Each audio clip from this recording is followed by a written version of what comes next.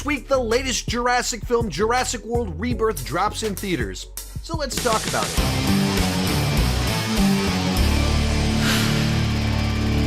As for me, I went into this movie with mixed expectations. On the positive side, they brought in David Koepp, who wrote the script for the first two Jurassic movies, and while those were adaptations of books, there's certainly a flavor to the scripts and the pacing that I very much was hoping he could bring back to this film. It was directed by Gareth Edwards, who did Godzilla, Rogue One, The Creator, movies that have this sense of scope and size to them. He knows how to capture gorgeous big images, and that's exactly what you want for a Jurassic movie, so that had me excited. But the trailers for the movie felt a little too straightforward, like we're just doing a better version of Jurassic Park 3, and it had mutants in it, and that just wasn't something I was particularly excited for. So a film that, generally speaking, I had positive vibes for, but also had some reservations at the same time. One more thing before we get started. Today's video is brought to you by Audible. If you're like me and you like to read with your ears, not your eyes, I highly recommend Audible. Next month, I will have been an Audible member for 10 years, and you can get a free 30-day trial of Audible and a free audiobook of your choice at audibletrial.com/Sean Chandler. If you haven't read Jurassic Park, I highly recommend checking it out. It goes into way more detail about the cover-up, the conspiracy, and all of the science, the stuff that a book can do really great, and you can get it for free at audibletrial.com/Sean Chandler with that 30-day free trial of Audible. I have been a member for 9 years and 11 months as of right now, so I do absolutely recommend it. And let's get started with the good. And probably the best thing I can say about this movie is after the Jurassic World movies kind of completely lost the plot in the last couple of films, this is a return to the basics. Humans trying to survive dinosaurs. Humans going to an island populated by dinosaurs and spending time in their habitat, seeing them in all of their glory and all of the dangers that come with them. The Jurassic World movies have never really done a good job of showing dinosaurs for how beautiful and majestic they are, as well as how dangerous they can be. By putting them in cages in a theme park, you kind of lost the wonder surrounding them. And likewise, by having Owen train them and the way they're kind of treated in those movies, they just never felt quite as dangerous as they should. And this movie gets back to the fact of like, wow, these are beautiful creatures. These are incredible things. Even if we're just seeing CGI animatronic creations of them, these things are amazing.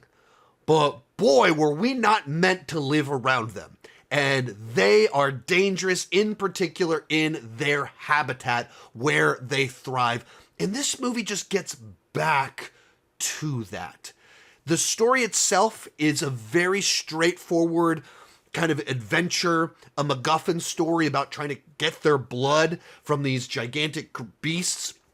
And in doing so, it kind of creates a series of different environments where dinosaurs would be at, kind of unique situations, the water, cliffs, trees, and it just gives us time to like explore them and have fun with them and create different edge of your seat, thrilling situations with them. And ones that some of them are a little bit familiar, but other ones we haven't seen before, in particular the stuff in the water, dangling off of cliffs, some fresh new adventures to be had. And because it's trying to make them dangerous again, you kind of have that edge of your seat sense in some of these situations where things go bad and you're like, oh crap, this is not going to go well. You actually care when people die, both because you like some of these characters, but also you see how it affects the people around them. They're not just cannon fodder, where it felt like in the other Jurassic World movies, it just didn't matter when people died. It was just like the fun of watching a dinosaur eat a person. And this movie gets back to, oh, that would be horrifying to see. That would be terrifying. Even if these are people known for going into dangerous situations, that would hurt them. and affect them to see it. And so you got to get back to that with this movie. I think the characters here are better than the characters that we got in the Jurassic World movies. Nothing compared to the original trio, or the original more than trio, in the first film that Michael Crichton created. But the movie pauses a little bit to let us know what drives these characters, what they want, gives them a personality, gives them vulnerability. And so they feel like actual humans. They might have a more exotic, exciting life than me and you, but they feel like actual people. And it's fun to see ScarJo back again in this type of role where, you know, she's a person of action. But once again, it pauses to show the regret she has. Like, she has actual moments of emotion, and the film allows that to take place. Mahershala Ali, because Blade apparently is never getting made, was able to make an entire Jurassic World movie and promote it before they've even started anything on this new one. But, you know, it's just nice to see him once again, man of action, stepping into all the fun. And like, there's all these little character moments that just make them people that you care about, and you care about the people that they care about. That just makes the dangerous sequences where people's lives are on the line, their lives are on the line, you actually care about them. One of probably the standout sequence is the raft sequence. This has been something that Jurassic fans have been waiting for them to do quite literally since the first movie. It comes from the original novel, and they've been trying to do it, put it into the movies forever. They finally do it, and it's cool. T-Rex is awesome. And so having him do something we haven't seen him do before in this movie is great. Having a director like Gareth that knows how to capture scope and size and make us feel small and him feel huge and dangerous, it just works. It's thrilling. It's has suspense built into it. And to the idea that this is a more straightforward adventure, it's a movie that's designed to be self-contained. There's nothing really in this movie that's setting up other films, a trilogy, dangling plot threads, anything like that. It's like we've got this one little dinosaur romp that we want to tell. Here's the objective, here's what we're trying to do, and all of that, those plot lines are resolved by the end of the film, so it's able to just kind of work. It has a beginning, a middle, and an actual end to it. And there's something really nice about seeing a franchise movie, in particular a long-running franchise, that went, we're okay letting this movie just be this movie. And while I'll talk more about this in the later sections of this review, I did appreciate that it's just a straightforward little dinosaur adventure. It's not trying to go wild and crazy. It's just sticking to one job: people with dinosaurs. And it does a pretty good job with that. For me, while didn't blow my mind or anything like that, it was a solid dinosaur romp. There have been much worse movies in this franchise. There's also been much better movies in this franchise, so let's move on to the mixed aspects of the film. And these aren't necessarily good or bad things, they're just things to discuss in trying to help you decide if this is a movie for you to watch. The first one is kind of on what I just talked about, that it is this very straightforward adventure. And if you're someone that is just burned out on Jurassic movies, this is not the movie that's going to win you back. Not because it was embarrassing or overtly bad, but because it just doesn't do anything that is particularly shocking or original. It's like a better version of Jurassic Park 3. It's a very, like, the simple, straightforward adventure, clear objective, what we're trying to do, without any massive twists, turns, or anything really like that. And so it's a movie designed for people that just can't get enough of Jurassic World. They can't get enough of dinosaurs, so let's just do a dinosaur-focused adventure. If you're just tired of it, if you feel like you've seen it before, this is not the movie that's reinventing the genre, reinvigorating things. It's not really a rebirth of the franchise to just spark enormous excitement. It's a safe, new entry into the franchise.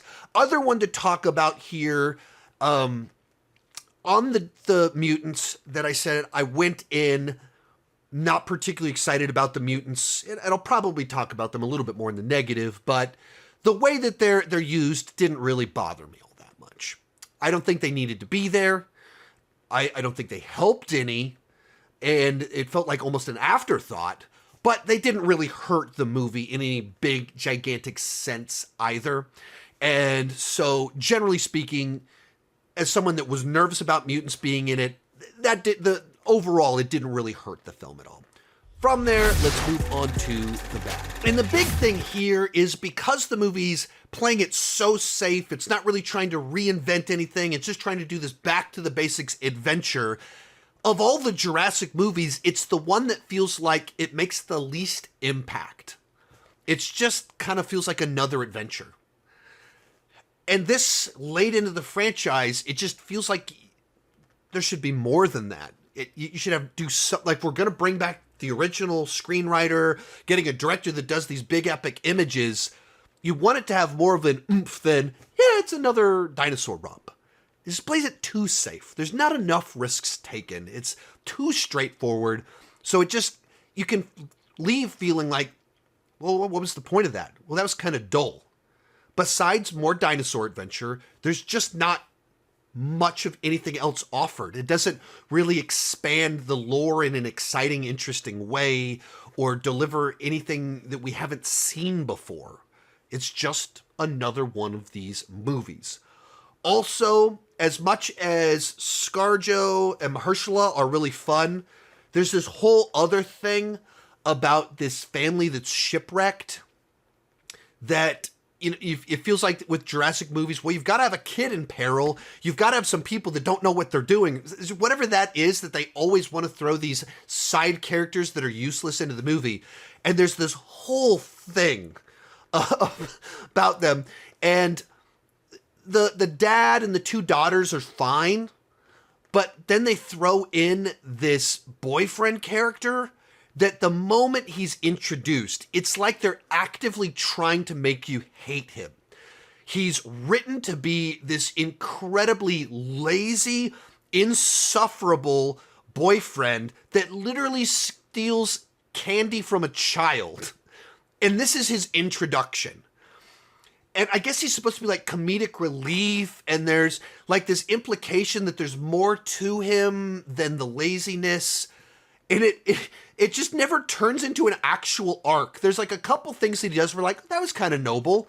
But generally speaking, he's just like a really unpleasant, unlikable character that's like a weight the characters are pulling throughout the entire movie. But really this whole subplot that there's this whole little side thing going on to like pad out the runtime or something or give more happening, that instead of giving more depth to the interesting stuff about exploring this world of dinosaurs and these characters that are experts in their field at survival and dinosaurs and the medical implications, the science, the philosophy, instead of going deeper on that stuff that matters, it's let's have useless people in peril. It's like just a weight being dragged by the movie. And it's that stuff where it feels like they just add dumb things in. Like, oh no, why is Xavier in this movie? What is he doing in this film? Please, no. And as I mentioned before, there's mutants in the movie, and it's just the stupid concept that dinosaurs aren't interesting enough. That's all it is. That they even kind of like say it in Jurassic World, that, oh, people get bored, and so they want bigger, more teeth, faster. And I just don't know that I believe that. I don't know that I believe that when we watch these movies, instead of wanting to see the danger of these beasts that actually were on the Earth, we want we want the Rancor, except twice as big. I don't know that people find that more thrilling. And the way that it's used, as I mentioned before, wasn't too bad. But as you're watching the part where this thing shows up, there's no reason that it couldn't have been a T-Rex or something else. There's not much of a reason. You could easily rewrite this movie and have all the stuff that our mutants do just be done by the dinosaurs. And I would have enjoyed that more. And I would have found it more interesting and thrilling than Rancor. I just, mutant thing, like overt mutant thing. Obviously, all of these are freak things with frog DNA. But they have the illusion of being dinosaurs amongst our time. As soon as you create freak hybrid thing that's not even meant to look like a real dinosaur, that's a fake thing that never existed in any form remotely, that's just less interesting to me. So it doesn't help at all. And then there's also kind of an underlying idea that's been in all of the Jurassic World movies, that there's waning interest in dinosaurs. I think that word is even used in the introduction of the film, that people are just losing interest in dinosaurs. They're not as fascinated by them anymore.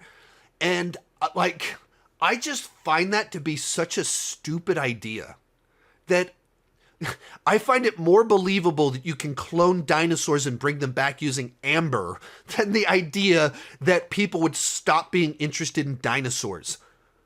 Kids still love zoos.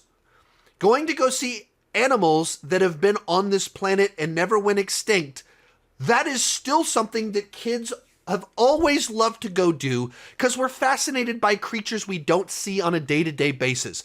When I drive down the road and I see cows, my 6-year-old still goes, "Hey, look, it's cows." We see cows all the time because I live in Texas. There was a petting zoo at an event at my church this past weekend, and everybody loved to go look at the petting zoo because we love animals. So the idea that we would get bored with dinosaurs just is so silly. It's even the concept of Jurassic World opening and being on an exotic island that you have to pay thousands of dollars to go to, pay $1,000 to go see. This already would be something that you're not doing all the time.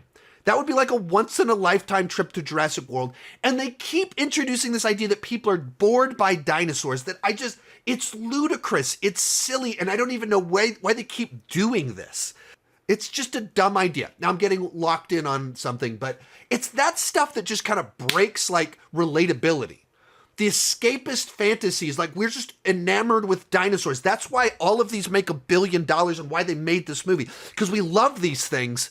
They know that. That's why they keep making them. But then they build in the idea that we're like, people were not interested in dinosaurs. Like, it's so silly to me. Be sure to join me down below in the comments. Let me know, what did you think about the movie? Come back in a few days. We got a new Jurassic ranking coming out. I rewatched all the movies. I re-listened to the first book, watched a ton of interviews. I'm excited to talk about all of the films. Overall, for me, this was a very mid-tier Jurassic movie. It plays it safe, which means it doesn't make all the stupid mistakes of the last couple of movies, but it plays it safe, which means it doesn't do a lot to like really pop and stand out and leave a mark and an impact. If you're trying to be won back, this movie probably won't win you back.